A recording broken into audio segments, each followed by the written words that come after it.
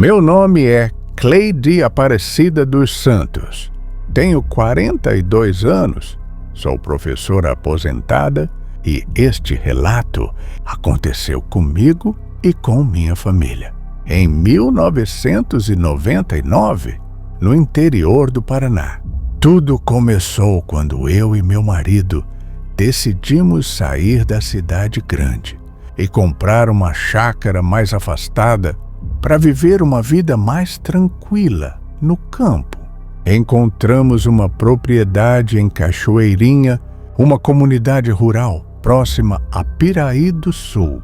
Era um lugar lindo, silencioso, com uma casa simples, mas bem cuidada, cercada por mata, pomar e uma pequena trilha que seguia mais uns 200 metros para dentro da vegetação. Ao fim dessa trilha, havia um outro terreno, também pertencente à chácara. E lá, no meio da mata, ficava uma casa antiga de madeira, claramente abandonada. Telhado com buracos, paredes tortas e um toco de madeira bem na frente da porta. Logo na primeira semana, por volta das 6 horas da manhã, vi pela janela da cozinha, no meio da neblina, um homem sentado naquele toco, fumando um cachimbo. Usava chapéu de palha, camisa de flanela azul e calça escura. Não se mexia muito, só fumava olhando para a mata. No começo achei que fosse algum morador antigo ou um caseiro. Dei bom dia, ele me olhou e não respondeu. E todos os dias, de manhã e no fim da tarde, ele estava lá.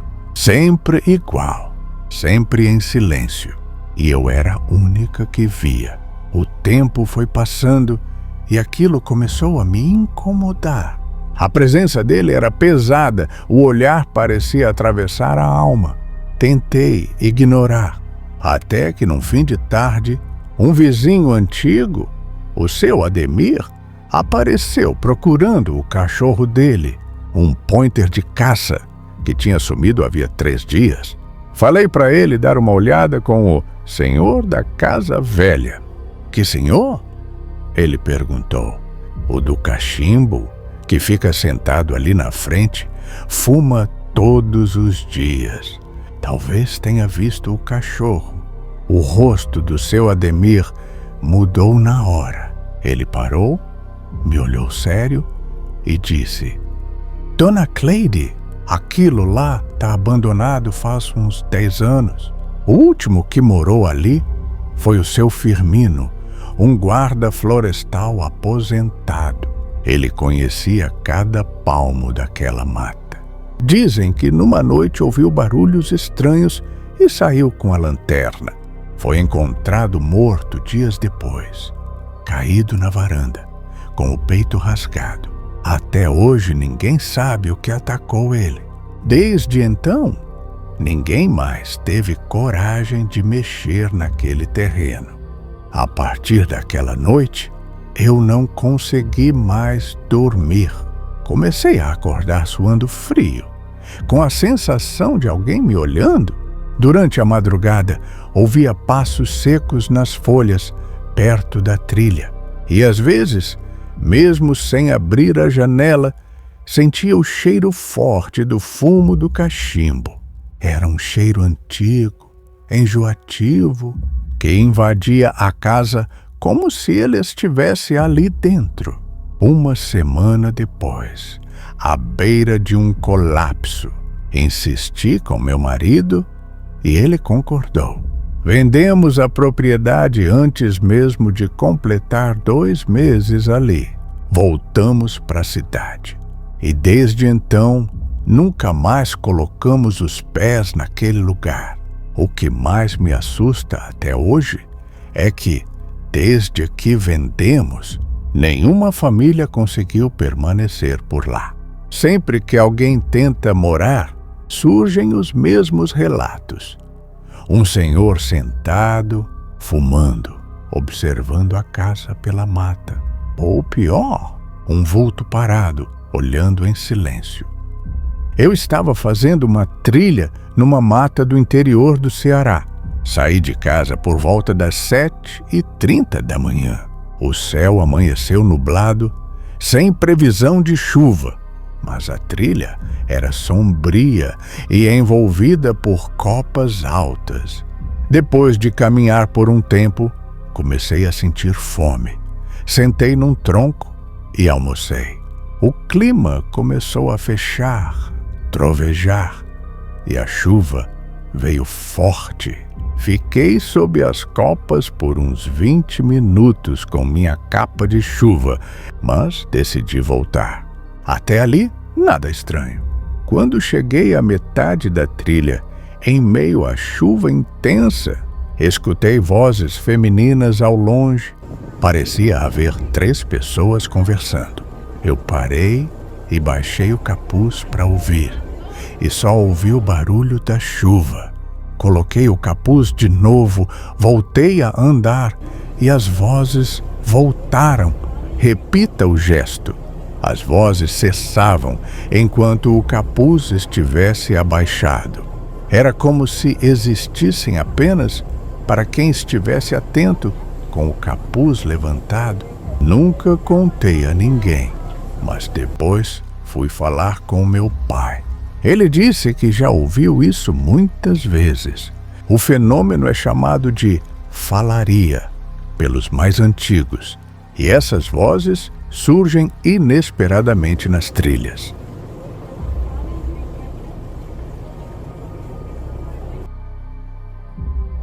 A Casa dos Três Irmãos, baseado em um relato real. Era o ano de 1997. Eu tinha apenas 3 anos de idade quando tudo aconteceu. Meu mundo ainda era pequeno, mas o que vivi e ouvi depois jamais saiu da minha memória. Tudo se passou numa área rural do interior do Paraná. Um lugar simples, cercado por matas densas de eucalipto e casas esparsas de madeira antiga. O cheiro constante de terra úmida e lenha queimada preenchia o ar. Ali, muitos moradores viviam da extração dos eucaliptos, homens rústicos que chegavam em seus caminhões e cavalos com motosserras nas costas e o rosto endurecido pela vida. Minha avó morava naquela região, uma mulher forte, benzedeira respeitada, temente a Deus. Ela possuía 2 casas no terreno. Uma delas decidiu alugar para 3 irmãos que haviam vindo de Santa Catarina, justamente para trabalhar com a extração de eucaliptos. Os irmãos permaneceram ali por 2 meses. Trabalhavam durante o dia e à noite frequentavam um pequeno bar próximo, onde os lenhadores da região se reuniam para beber, jogar sinuca e truco. Era um ambiente carregado, onde o álcool frequentemente acendia faíscas de violência. Numa dessas noites, um morador local, que havia comprado um cavalo dos irmãos, apareceu no bar. O problema é que ele ainda não havia pago. Bastaram algumas doses para a discussão explodir. Vozes se ergueram, o ambiente ferveu. Um dos irmãos se levantou e disse: "Se não pagar, a dívida vai ser com a vida."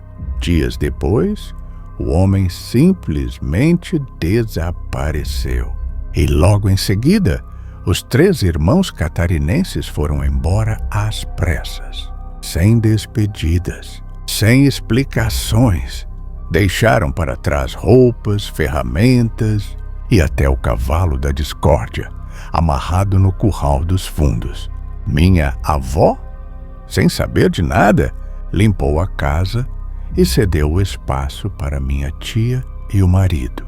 Era uma casa de sítio, antiga, com o banheiro construído do lado de fora, afastado. Próximo ao vaso sanitário havia uma máquina de lavar. item raro e caro na época, guardado ali por segurança. Na primeira noite, minha tia ouviu barulhos estranhos vindos do banheiro. Algo como batidas secas, arranhões, gemidos abafados. Pensando que algum ladrão tentava roubar a máquina, correu até lá, mas não havia ninguém. Na segunda noite, o som voltou. E na terceira também, o marido dela, desconfiado, decidiu se esconder na mata próxima com uma lanterna. Quando os barulhos recomeçaram, ela gritou. Ele iluminou o banheiro e o que viu o deixou paralisado. Uma sombra indistinta, escura, se debatendo violentamente dentro do pequeno cômodo. Não era humano. A forma parecia estar presa entre mundos, como se revivesse a dor de uma morte cruel. Em segundos, a sombra desapareceu. O silêncio voltou. O casal, em pânico, chamou minha avó. Ela, com sua fé firme, levou água benta e rezas. Benzeu o local, mas não acreditava em assombração. Disse que era coisa de animal. Talvez morcego, talvez vento. Mas 2 dias depois, o som cessou. E então veio o boato. Um corpo havia sido encontrado numa valeta da mata, a poucos metros dali. Era o homem que comprou o cavalo, o mesmo da briga. Segundo a polícia, ele havia sido brutalmente espancado. Várias socadas. E seu corpo estava com os braços rígidos, travado numa posição defensiva, como se tivesse tentado se proteger até o último segundo. A cena era perturbadora. E mais perturbador ainda foi quando a polícia, investigando a região, descobriu indícios de sangue e arranhões no banheiro externo da casa. Ali, no mesmo local dos barulhos, a suspeita recaiu sobre os 3 irmãos, mas nunca mais foram encontrados. Dias depois, como se a maldição se completasse, o cavalo que havia sido deixado por eles, o mesmo da venda, foi encontrado morto misteriosamente. Não havia sinais de ferimentos ou doenças, mas o animal estava deitado, os olhos arregalados, com o corpo totalmente rígido, como se tivesse visto algo que não deveria. A partir daquele dia, ninguém mais quis morar naquela casa.